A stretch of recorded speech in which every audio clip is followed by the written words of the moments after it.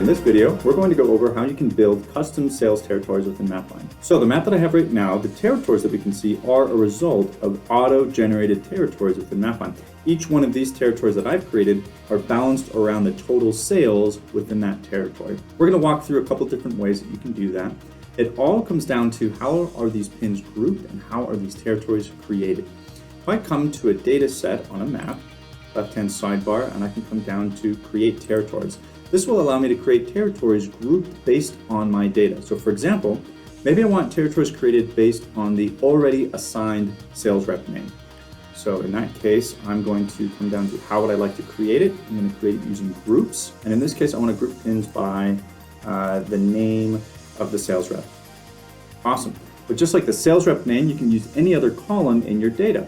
So in this case, if you have a column that's splitting your pins into equally sized groups based on revenue, you can then create territories from that. I've got that here. If I close that one, let's go back into this. Auto groups. So I've created some auto groups already, and then I can use that column to create groups on my map. So that being the case, if territories are automatically generated from my data, how do I generate the right data? If I go to my customer layer, I can go down to add Mapline data and actually create those groups. Under this data set, I'll go down to assign a group. Here is where I can create groups based on distance, based on total revenue, balancing by number of customers, anything like that. So I could just put 10 groups, keep everything else the same and run it.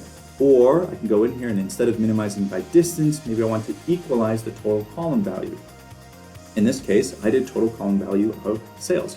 So there's a lot of different options here. That's going to add a Mapline data column to your data, assigning a group, and you can use that group to create territories. Like I showed on the map, each one of these territories automatically generated by Mapline. It's following state boundaries, slicing where it needs to, and you can see that every one of these is balanced around $500,000.